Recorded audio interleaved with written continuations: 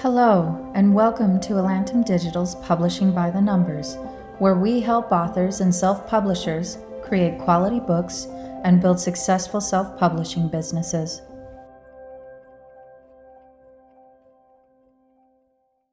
Hi, guys, and welcome to the Publishing by the Numbers podcast. I'm Janet S. Brown, and with me today is my amazing co-host, CJ Anaya. Hi, CJ. Hello.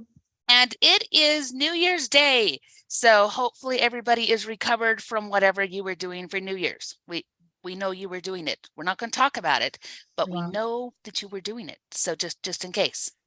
So today we are kicking off our new year, and all of this month we are going to be talking about plotting. The kind of plotting where we are making stories better, where we're giving them direction and trying to give them form and structure and all those great things. And CJ and I both have opinions on these things, but we thought that you should hear from people who are more expert than we are. And today we are starting with an amazing guest, and this is going to be our Plotting for Pantsers episode, podcast number 12. And our special guest is Aisley Oliphant. Hi, Aisley. Hello, happy to be here. Yay! All right, let's roll. We're going to roll right into the serious part, which means we're going to ask questions and it's not going to be serious at all. But we are going to be serious about the bio because the bio is important. So Aisley's bio. Aisley Oliphant is a speculative fiction author who has a passion for reading. She is a woman after my own heart. We are going to be fast friends forever now. Yay. The writing craft and productivity strategies that magnify creativity. She runs a blog called The Plotter's Apprentice, which is very good, by the way, where she shares about her fiction publication journey, writing tips, book reviews, and productivity experiments. All right, so I'm actually going to kick this after that little introduction up to CJ, because CJ is the one who brought Aisley into our little circle, and there's a story there, and I can't wait to hear it. So CJ, take it away. There is a story there. So Aisley and I met through a master's degree program that we both got involved in. And it was a master's degree program in publishing at Western Colorado University. I jumped into it because I met Kevin at 20 Books to 50K, Kevin J. Anderson, and he said, hey, I have a publishing program that I run over at Western Colorado University. I need people to come and learn and join it and enjoy it. So that's kind of how I got in there. And as soon as I did, we had this fun residency, 2 weeks in Colorado. And Aisley was one of my roommates, and we had so much fun. And then, of course, we spent all of the next year in master's degree mayhem. That's what we'll call it, because it was fabulous and chaotic and stressful and amazing. But we were able to be together and support each other. Aisley, I know you've told this story before, but I can't remember how you jumped into the master's program for that. How did you get involved in that? Oh, yes. So it was actually through David Farland. So a couple of years ago, I won the scholarship for his Writing Enchanted Prose class at FireCon and made the connection with Dave there. Then when he officially launched Apex, I was one of the first people, like within the first 100 or 50, I can't even remember, was one of the first people that he reached out to invite to join the group. So I sent in my application and he was like, I'm really excited to have you. And then Kevin came and spoke at one of our Apex meetings and pitched the program. And I was like, this sounds like the next educational step that I'm missing. So Dave wrote me a really great letter of recommendation and essentially got me into the program with Kevin. I love it. Oh man. Yeah. And so Aisley and I found that if we lived next to each other, it would be crazy sauce. We need to not be living next to each other ever, because we will be up to no good always, just doing crazy, awesome, amazing, fabulous, wonderful things. But we may get no writing done just because we have that much fun with each other. But she's an accomplished writer. She's an accomplished publisher. She just published a book called Booked to the Gills. Yay, there it is. And we're going to go into that a little bit because it is all about productivity. And I find that wonderful because Aisley has said that she is a pantser. Has this morphed at all, Aisley? Did you start out pantsing? Are you plotting at all, or what? Or is this, you're firmly in the pantsing arena and now you're trying to figure out what that looks like? Wait, interjection. Go ahead. Let's define what we mean by a plotter versus a pantser. I Ooh, think good most of call. our audience probably knows, but let's make sure we have a definition out there just so that if there's someone who's wandered along and doesn't know what we're talking about, let's give them some reference. So actually, let's make that our first question down to Aisley. What is a plotter versus a pantser? Why is this a thing? Okay, so this actually kind of grew out of National Novel Writing Month. So a plotter is somebody who really likes to outline, gets really detailed with world building, make sure that they have all of their solid foundation and everything in before they start writing.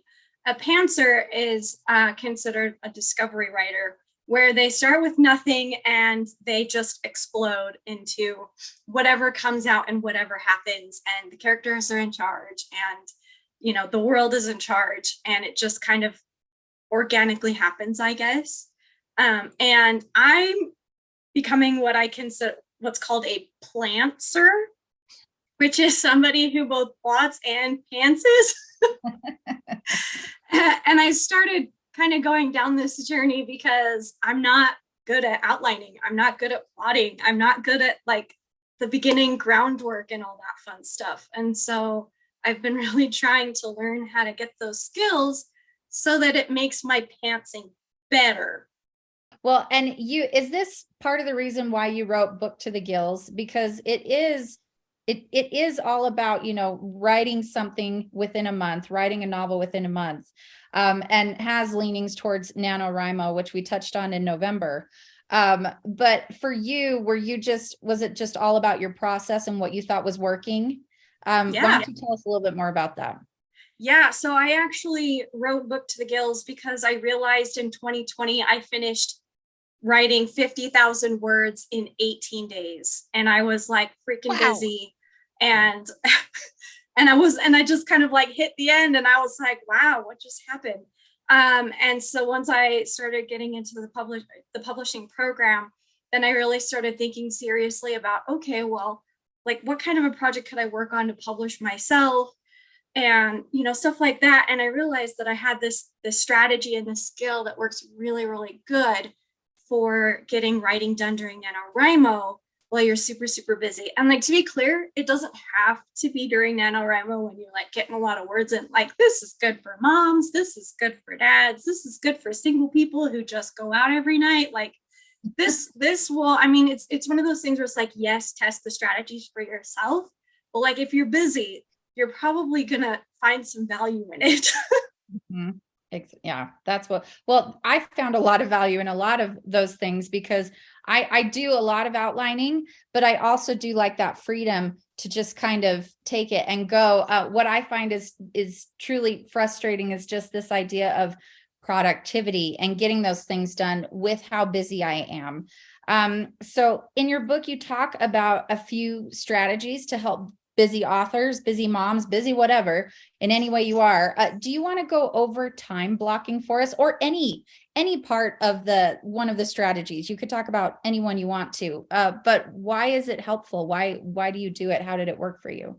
Okay, so time blocking basically is taking groups. It's looking at your calendar and putting in chunks of time for you to focus on related tasks. So for example, you would block, say, maybe an hour to do admin tasks like reaching out to people, planning interviews, answering emails, all that kind of stuff.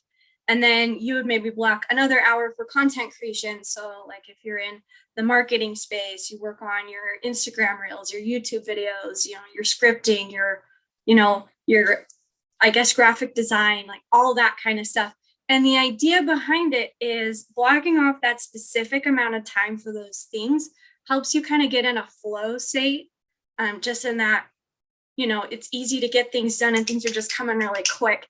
And so by doing that, you get more done because your brain is in admin mode, your brain is in content creation mode, your brain is in marketing mode.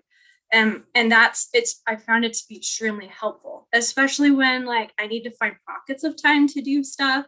And I have like a half an hour here, 10 minutes here, and I'm able to see, okay, what's feasible for this length of time. Okay.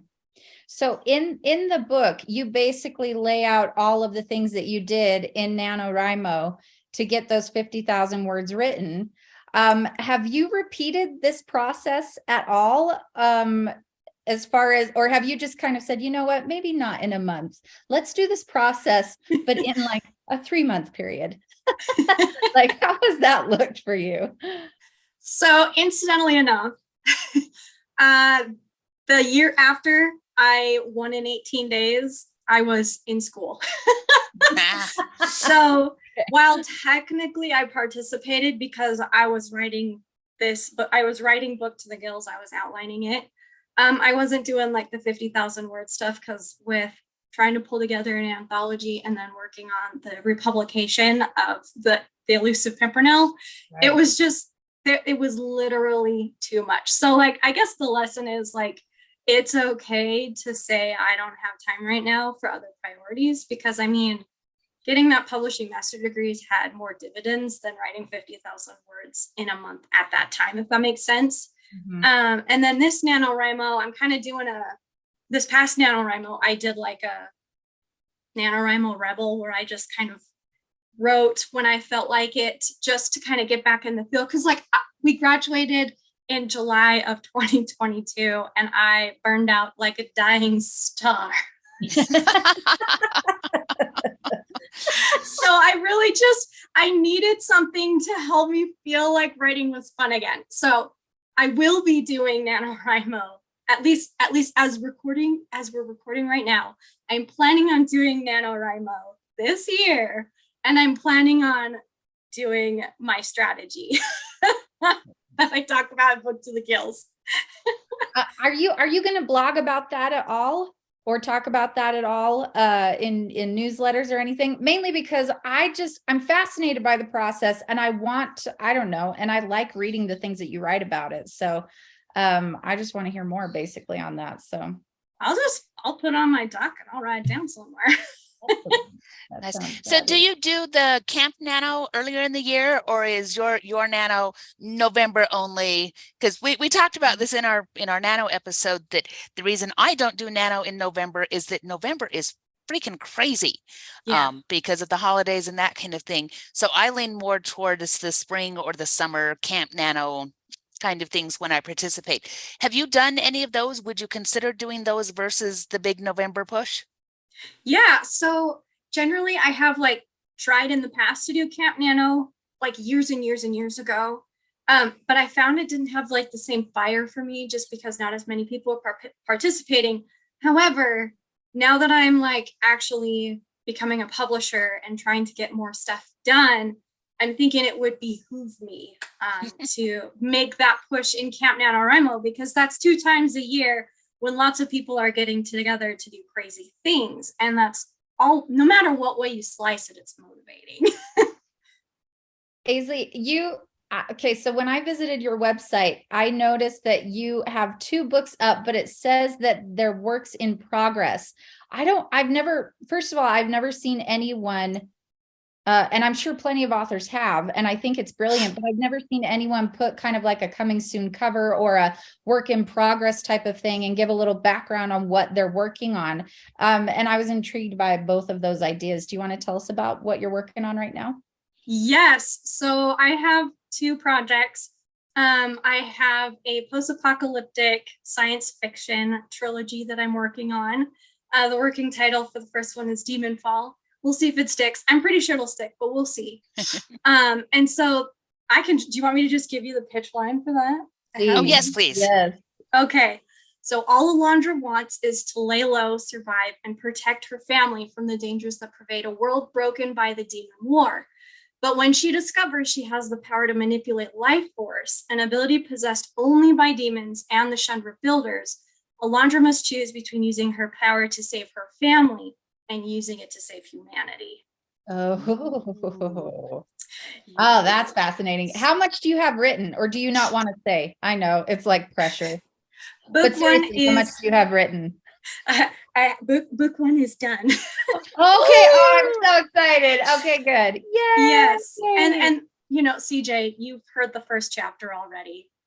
True. Well, and that's another reason why I'm so excited about this, because you've been working on it, and it just, the premise sounds great, and it's definitely, I'm the target audience for this, by the way. Yes! So it just makes me very happy to think that now that's finally finished and we're going to get to read it. How was that process for you? Because as we've stated before, you're a pantser, but you're talking about plotting for pantsers. So what is your process for doing that? Ooh, okay. So this actually involves both of my projects that I can talk about like side by side in comparison. So with Demon Fall, this is like the first book I've ever 100% finished. And so I still have a long way to go with it. Like I'm in the middle of trying to do a narrative type revision before I go back and do some developmental edits on it. And it was very hard and I got stuck a lot. But towards the end, and it was just funny because I did have like a concept of an idea. And usually the way I work is like the first chapter and the characters and the scenes like that initially open, those are what come to me first. And then I just go, and then write until I have a substantial amount, whatever that looks like. And then I usually take a step back and go, oh, this is really cool. What could happen next? So with Demon Fall, as I got closer to the end, I started writing out little bullet points of where like I thought it could go next. And I found that that was a good way of plotting for me as a pantser, because there wasn't as much commitment to erasing like a bullet point that I wrote at the end of my document versus like, I have a friend who is writing a fantasy 10-book series, and each of his outlines are like 100 pages long, and those are just outlines. Like personally, I cannot commit to that. Like it feels like killing something, like to deviate from that level of plotting for me. And I think maybe that's where a lot of pantsers get hooked up, or that's where they get hung up. So doing little bullet points at the end of my document really helped me like have a direction. But like I didn't know what the ending was going to look like. And then when the ending just happened, I was like, ooh, oh, bleh, okay. So I have rewritten that ending 3 separate times, and I'm only on like official draft 2. So that taught me a lot. Like it taught me that was frustrating. That's part of the reason why I wanted to learn how to outline, because I kept getting stuck, yada, yada. So then my second project, I'm just going to introduce that one really quick. So no, go for it. Yes, I'm working on a 5-book graphic novel series with a friend I met on my religious mission called Guardians of the Umbra. And this is the pitch line for that one. So it says, Guardians have patrolled the umbral gates for centuries, defending unsuspecting humans from the body-craving lurkers within. When the mantle of apprentice guardian begins to fall upon Dessa, she is only a child. But as she grows, she becomes the quarry of an eldritch lurker hangman. With the aid of the current guardian, Dessa must learn to use her powers to defend herself from the powerful lurker and accept her full apprenticeship as the next guardian of the Umbra. So, nice. Thanks. So my co-creator is Annabelle OK, and she's doing all the art. We're brainstorming the story together, and then I'm writing it. So unfortunately for me, I'm not good at scripting yet. We'll get there. So the first book in this series actually came to me for National Novel Writing Month of 2020, the year I won in 18 days and wrote Book the Gills based on. So what I discovered is while I was writing in my document, I was looking at Save the Cat. I love Save the Cat so much. Like for somebody who writes intuitively, I mean, it just made sense. All of the plot points, like I could literally feel them. And that's a lot of the way that pantsers work, is they just kind of feel their way through the story. And if it fits, then it fits, it clicks. Mm-hmm. And so Save the Cat contextualized a lot of the instinct for me.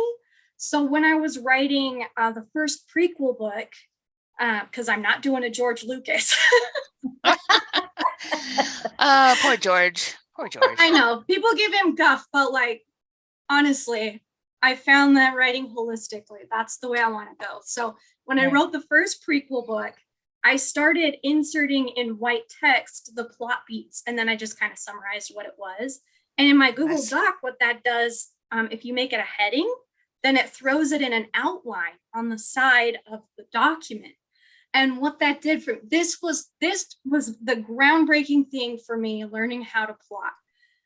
One of the things that's the worst for pantsers is when you get to like the end and you're like, oh my gosh, here's a cool thing. La, la, la, I want to do this. And you get so excited. And then you realize you have to back thread through the whole entire book. Right. And you've just got this document of words and you don't know where you need to put those little pieces. What putting in those Save the Cat beats in headers in white on my document did is it showed me exactly where those back threaded pieces needed to go. Oh, and so brilliant. Immediately when I wrote, like when something popped up, I immediately went back and drafted it into the plot beats that it needed to go. And then I came back and continued on, and it made such a difference. Incredible. I love that. Do you have a process or a little template or a little like step-by-step how I did that at all? Or could you create that? Just because I know we're going to have people watching this, and then they're going to be like, they're going to bombard you with questions after that. They're going to go to your website. They're going to find your blog. They're going to figure out where your email is. Stalking will occur. And then they're going to want to know exactly how you did that with screenshots and things. So I'm just forewarning you. This will occur. It's a good problem to have. It is a good problem to have. I will make sure the masses will be sated then. Yes, just a heads up in case you were not prepared. Please get prepared on that one, because that actually, that sounds brilliant because it helps you keep track of what is what. It helps you go back and thread things through. You can see the beats, and then, like you said, you're not writing 100 pages of an outline that you have to stick to because you spent all that time writing 100 pages of an outline. That's and I will note, for those who don't use Google Docs, you can do a similar kind of thing in Word. There are outlines that you can pull through, again, by using the header styles. So just in case anybody thinks you can't use her amazing method because you don't like Google Docs, you totally can. You just have to take a look at it. Scrivener does a lot of that kind of stuff as well, but I am not an expert there, so I'm not going to speak to exactly how it will work there. One thing you could do with Scrivener is you could probably, because you have a different page that you make for every like chapter or whatever. You could probably do that beat by beat, scene by scene, and just like summarize. That might be a way, but I mean, I haven't used Scrivener in years. Yeah, no, but that makes sense because you have those little note cards within Scrivener if you want, or scene cards, I guess you could say. It's almost like, it's basically like virtually storyboarding on your computer. So yeah, you're right, that would work unless they've changed the platform completely, that they don't do that anymore. It has been a while since I've used Scrivener too. So now we got to find ourselves a Scrivener expert that we can interview, and we're going to say, go back and watch this and then tell us how we do the same process in Scrivener, because that would be awesome. That would be. We do need to do that. I will make notes. Yes, take that down, Jenna. Take that down. That's my job. Okay, Jenna, did you have any more questions about the plotting or anything that Aisley has touched on? I did want to pull up, so this is a cool thing, guys. At the very back of this cute little book, she has these cool questionnaires, self-assessment questionnaires for where you're going. And I just found out that if you join her newsletter, she'll send them to you digitally. So you can have the best of both worlds. Guess who just joined her newsletter? Because now I can have them both ways. So that's a as many as you want too. You can print them off over and over and over. Which I thought would be really useful when I read through the first time, because I'm like, okay, here's those assessments. And it asked me, so cool things. It asked me, how do I know if I'm burning out? And now I can't flip the pages. Come on, fingers. Let's work on this. How do I know if my goals are realistic? How do I know if I'm setting realistic expectations and boundaries? Which boundaries are really important, especially when you're trying to write and have families and friends and all those kinds of things. So I could see this being something that I would use repeatedly in different parts of my life, different parts of, what it is that I'm trying to accomplish. So yeah, so I had fun with that. And I told Aisley that, these kind of books I'm allowed to write in. I don't write in most other books, but craft books get all the scribbles. And so I Yes. thought that was kind of fun. Well, and I have an additional thing that you'll be interested in. Oh, yes, please. I also have a worksheet that walks you through time blocking out your time. So I actually have that on my website as well. It's listed with the other 3 questionnaires. So those, you can print those out too. Christmas Did I see for that? authors. All right, guys, we'll put all of her website-y stuff down in the show notes. So definitely come back, check the show notes, and get all of the cool things. Yeah. Because, oh yes, now see, I see things. There's even more things to look at. I love it. Makes me very happy. Yeah, Jen and I are gonna go over there and be like, "Did you download this? Are you filling this out?" We're totally going to compare notes, and it's going Yeah. to be Yes. lots of fun. We really are. Well, and I don't know how deep you've dug yet, but if anybody else has interest in those pitch lines that I shared for Guardians of the Umbra and Demonfall, you get bonus content when you sign up for my newsletter. So you get to see more art from Annabelle for the comic. You get, when she can handle, because every once in a while I'm like, Annabelle, can I have an illustration for the monthly newsletter? And she's like, I literally can't. I'm like, okay, no pressure, next time. So, as often as she can handle it, she'll send portraits and little artist notes about her illustrations in my newsletter. And then I have like Pinterest boards and full first chapter of Demonfall, stuff like that. So if those sound interesting to you, those are also there for your enjoyment. Oh, I also have Spotify playlists. Those are fun. I love those. All right, take notes, guys. This is, the care and everything else for your illustrators, how to be kind to your illustrators because you want them to keep working with you. I think that's something that a lot of us are actually interested in is how did you said that you found her on your mission, and then you guys just one day went, I think we should write a graphic novel together, because graphic novels are hard. We've talked about the plotting form that goes into a book. And with graphic novels, you've got all of that, but then you've got to be able to break it down into panel scenes and all of those kinds of things. So since we're talking a little about that, how is the plotting different when you are saying this is a thing I'm going to write on page versus this is a thing that I have to communicate to her to get the art right, and then decide which words actually become words on the page? Because a lot of the plot doesn't happen anymore. Those words don't exist except for how they inspire your artist. So Let's talk a little bit about that. What is the process like with a graphic novel? Oh man, it's like a funnel. So, I mentioned that I'm not good at scripting yet. So I have been novelizing everything, which actually I was thinking about it the other day, it might be in our favor, because then after the graphic novels, maybe we can do novelizations with full page art. But that's just a little peek into what we're thinking about talking about. So I've been starting, I'm hoping to get better at this, with the novelization. And then Annabelle and I talk through the plot holes and, the other things that for the next iteration, we need to kind of buff out, I guess. And then what I've been doing is for the second round, I've been scripting. So I took one screenwriting class and it is pulling its weight on this. So you really have to think about it cinematically. So if you're a movie buff, this will be easier, but you got to think about the way that people portray things on their faces. You got to think about things in the background. So I'll give you an example.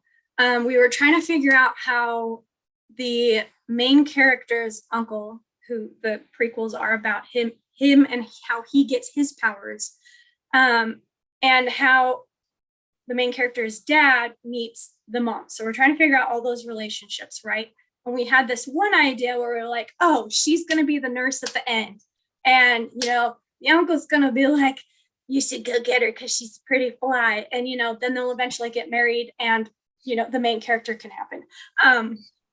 But then as I was writing for NaNoWriMo this past year, Annabelle and I realized that doesn't quite work anymore, just with there's going to be a 5-year time gap between the 2 prequel books, and there's going to be character growth that happens in there. And the main character actually shows up as a 4-year-old. Well, as of the time of recording, a 4-year-old. It might change.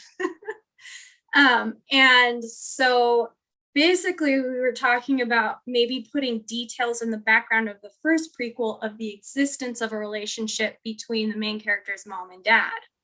So we're thinking like, you know, the extra toothbrush in his bachelor pad, or like a photo of them in the background on the desk, you know, when the uncle's like looking in to talk to his brother, or, you know, just like little things like that. And you need to think about every little like tiny detail that you want to use to foreshadow.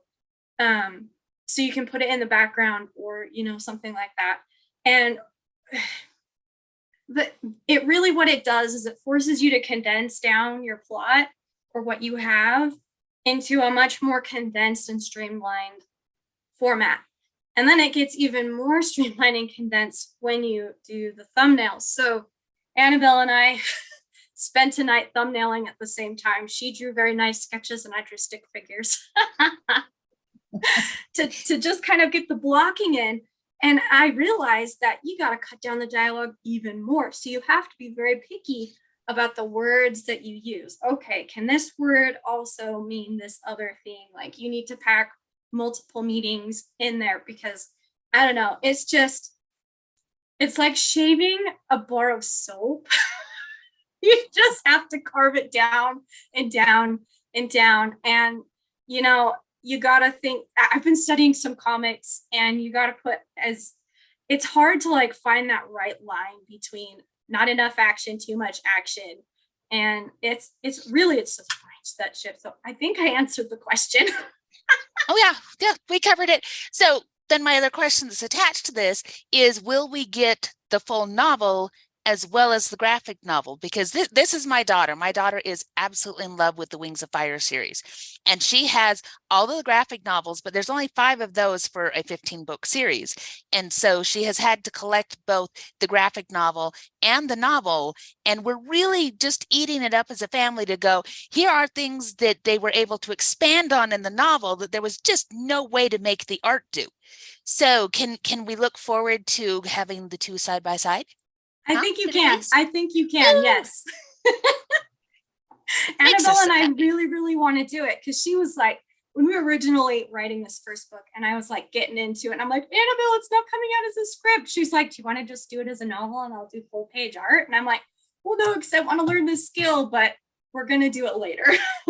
Well, okay. So with this process, with everything that you've done, when it comes to the comic books, a graphic novel you're doing, your other book that you just finished, but you're still kind of reworking, what do you find is the most challenging, just creating a story? What have you found is the most challenging, and how have you kind of tried to approach that? Endings. Yeah. Endings are the worst. And I realize there are a lot of authors out there that start with the end in mind. I start with the beginning in mind. And I don't know what it is. I think I have a fascination with the inciting incident and everything that means, like the gravitas that it holds in a character's life. And because of that, I hardly ever think past it. And that's a huge weakness of mine. That's the other reason why I wanted to learn how to plot, is because, you know, learning how A leads to B, that leads to C to D to E, you know, all the way down to Z.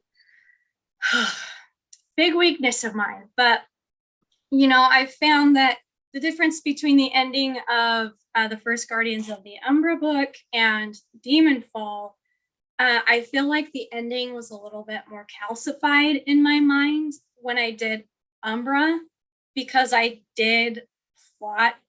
I mean, I was still pantsing, but like I was intentionally looking for the end, even if I didn't have it planned. And so I don't know if that's something that pantsers can use to kind of help them. If that's like a universal weakness, I have no idea. But that's something that's helped me, at least. So I guess the only other thing is we've heard about the stuff you're working on right now. Is there any other sneak peek for something that's dangling off in the future that you're just starting to consider? Yes. Yay! Hey, tell us about it. Tell us. So for every year for the creative writing program, they do an anthology. So ours was, mine and CJ's was Gilded Glass. And what they do is they come up with a concept for an anthology. They craft, I was going to say fight over because that's what we did. They crafted a call for submissions, read all of the slush pile, whittled it down to the top 25. And that is the thesis project for the traditional end of this master's program. Super fascinating, very educational. It was exhausting. So the one that's coming out for this next cohort is Merciless Mermaids. And I decided masochistically while I was trying to release Book to the Gills that I would also write a short story. And what I came up with was amazing. I mean, and I'm not just like trying to toot my own horn, but like my mom gave me the idea and then I just ran with it. And I'm really proud of what I came up with. I drafted it in a week. I spent another week watching videos of sharks and like, you know, all these other, like I listened to videos of fish talking, like fish make noise. I don't know if any of you knew that. They literally make noise. And I spent a week just immersed in this and like reading up about aquariums. And I produced this short story. Well, unfortunately for me, I wrote 3,000 words more than the cap on the submissions. And try as I might, I gave it a week. And I tried so hard to cut it down and I literally couldn't. So I'm thinking, I'm still, and maybe I will just, I don't know. I really got to evaluate my goals, I guess, because what I would like to do is I'd like to get an artist to do cover art and I'd like to get full page art, probably from Annabelle, my co-creator, and produce a nice ebook that people can get as a reader magnet for joining my newsletter, just to kind of gives people a taste of how I like to write and then showcase what Annabelle can do because she's talented as crap. So I'm thinking, and it's either that or submit it to Young Writers of the Future contest. But like I said, I have to determine what my goals are because if my goals are to win awards for short stories, then, you know, submit to Young Writers of the Future. If my goal is to reach people and share my work, I probably should just put it on my newsletter. So we'll see what ends up, excuse me, we'll see what ends up happening. But for all you newsletter subscribers out there, Jana, I'm going to be sending out a blurb, like a little excerpt from it. Oh, yay! Possibly polling the people in my newsletter or just titillating. I haven't decided yet. Well, I'm going to throw a wrench in your plans just because I am long-winded and love novels. If you were having such a hard time cutting it down, can you expand it into a series because it's just so fabulous and amazing and wonderful? Or are you sitting there going, shut up, CJ, don't tell me that because I had two choices and now you've given me three. Just comparing minds, asking for a friend. No worries. No, that's what good friends are for. Making you second guess yourself for a better decision. Who knows? It's true. It's true. And she's like this all the time. I mean, if you want the little devil on your shoulder, it's CJ, you know. This is why we can't be neighbors because she's my little devil. This is true. Oh, it's true. And I'm her little angel. Oh, and there's a story in and of itself. Yes, so many. But to answer your question, CJ, I don't think I will. I mean, I don't have current plans to expand on it. It tied up with a pretty big black bow on it. So. Oh, good. Well, okay. Well, I guess. There we go. All right, then go with option A or B, but I will still be lurking in the background with option C. Take your temptation and go away. Occasionally option C will pop up here and there. I mean, I'm not going to close the door. It's just. It seemed like it wrapped up pretty okay, so I don't know. I guess we'll just see. Leave it open. All right. Oh, any other marvelous. questions, Jana? No, I think that we have come to that time in the show. Ooh, but I have a question. Oh, go for it. We never shared that random moment thing. This is where we are at. This is the random moment. This is the moment. It is that time in the show where we will share our moment of absolute irrelevancy. So, Aisley, as our guest, would you like to go first? What is absolutely and utterly irrelevant in your world? I built my first gaming computer last night. Yay! What? Good deal. It's fun. built a computer? I built a yes. computer. You I can must do know that. more. Yeah. What? Yeah, yeah. It was super Okay. fun. My little brother's absolutely obsessed. And so he gave me recommendations. I did the research. I bought all the individual parts, and he came over last night and he told me how to assemble the whole thing. I installed a graphics card, you guys. That's intimidating. That's amazing. Awesome. I'm so proud of you. And now I need to go and learn how to do this, because it's clear that Jana has done this. Jana knows about this. What is happening, Jana? Have you done this too? I did my first one when I was 17 because I am old and nerdy. And now I'm feeling I just now have disposable income. That's the only reason I did it so late. Oh man. Yeah, see, mine was driven by that too, because at that point it was actually cheaper for me to buy all the component parts and learn how to put it together than it was just to buy a computer, because it was the 1990s and things were different. So That's still pretty dope though. Like, yeah, one of those- very dope. Yeah. Awesome. It did all the things. It ran EverQuest for a while. It was great. Yes, All right, CJ. EverQuest. Fantastic. Okay. What is irrelevant in your world? Well, the irrelevancy, frequently it's either dogs or children, right? This is my life, dogs, children. So recently we started learning compound probability within 6th grade math. And all I have to tell you is that I am convinced that this math teacher is out to get me. He knows that I do not understand anything that is happening here. He knows that I am having to spend hours learning this myself in order to help my child understand what it is she is supposed to be learning. And I feel like this is systematic torture, possibly psychological. I'm very convinced he's out to get me. And I do not think I'm paranoid in the slightest. And that's currently what's happening with the math saga. We'll talk about the pug saga later, but this is what's happening with math. It makes me think of that Incredibles meme. Math is math. Math is math. Math is math. At this point, I don't remember compound probability. I'm sure we learned it. I'm sure I was reading a book while we learned it. Probably Nancy Drew. If it was 6th grade, it was Nancy Drew. But I'm like, really? It seems like a high school thing. I don't know, but it's troubling, and all it's troubling. That's all. Oh, I'm sorry. Go ahead, Jana. Go ahead, Well, Jana. in my world, I am looking into flamethrowers because I found black widows in my garage.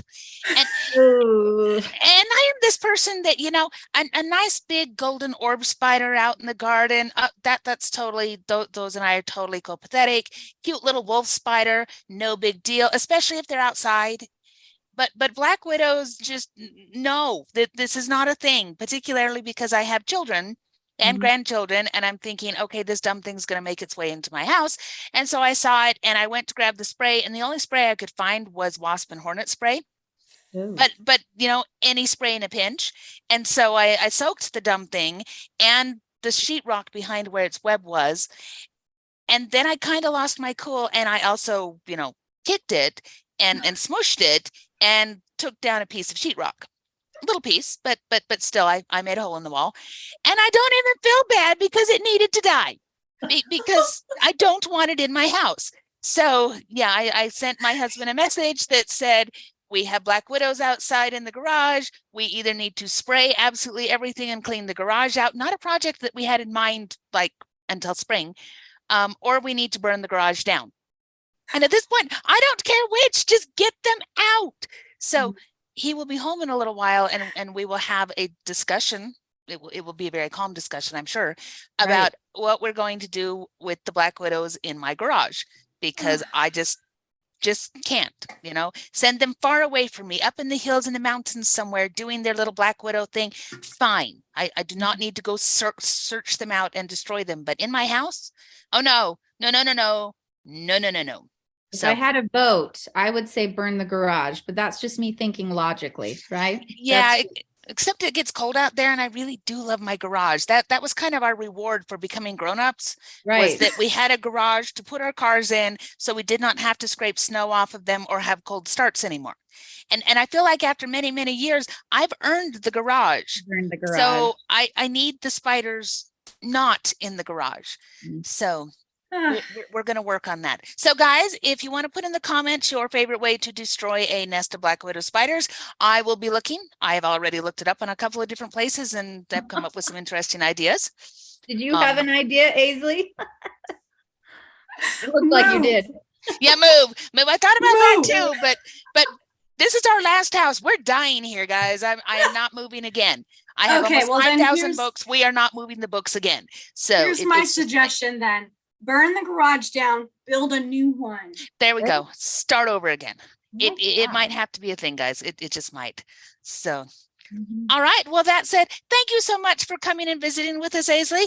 We will have to check Yes. in with you again in a few months and see where all of your progress has led you to. I do like checking back in with our guests because we ask you guys so much about, what's up and coming. We need to see if it is up and come. So Up and came.